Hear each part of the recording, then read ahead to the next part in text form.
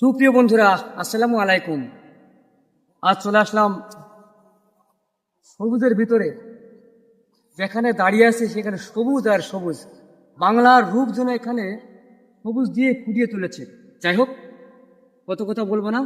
ভাই, আসসালামু আলাইকুম। ওয়ালাইকুম আসসালাম। আপনার নাম কি ভাইয়া? হাবিবুর মোল্লা। এখন হাবিবুর মোল্লা ভাইয়ের সাথে কথা বলবো। এই ক্ষেত্রে কি আপনার? জি আমার। এখানে আমি দেখতে পাচ্ছি এই মিষ্টি কুমড়া,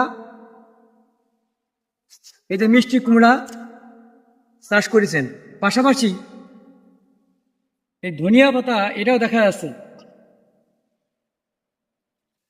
এই ধনিয়া পাতা দেখছেন দর্শক, তরতাজা ধনিয়া পাতা ক্ষেত থেকে উঠাচ্ছে, কিন্তু দেখতে পাচ্ছেন উঠাচ্ছে। তবে এই ধনিয়া পাতা আর মিষ্টি কুমড়া একসাথে কেন চাষ করলেন একটু বলবেন দর্শকদের উদ্দেশ্যে?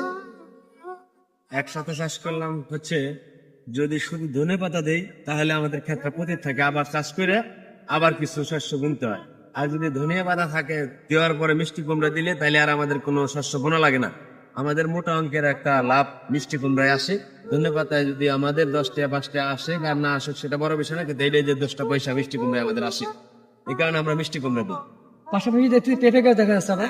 পেঁপে গাছ দিছি আবারও এই আশায় যে এটাই আল্লাহ লাভবান হবো, পেঁপেতে আল্লাহ যেন লাভবান হয় ওই আশায়। শুনলেন দর্শক, আসলে এই ধনিয়া পাতা, মিষ্টি কুমড়া, এই পেঁপে একসাথে চাষ করার মানে হচ্ছে জমিটা যেন খালি না যায়। একটার পর একটা আমরা যদি চাষ করি তাহলে আমাদের খরচ বেশি হবে, ব্যয়বহুল বেশি হবে। কিন্তু একই সময় যদি একটা ক্ষেতে 3-4 রকম সবজি আমরা চাষ করি তাহলে ওই একই সারে একই খরচে আমরা কিন্তু চাষ করতে পারবো। তবে দর্শক, এইভাবে যদি আপনারা চাষ করেন তাহলে আপনারা অধিক পরিমাণ লাভবান হবেন এবং বাংলাদেশের অর্থনৈতিক চাহিদা পূরণ করতে পারবেন। আর অর্থনৈতিক চাহিদা তো বুঝেনি, আমাদের বাংলাদেশ একটা গরিব দেশ।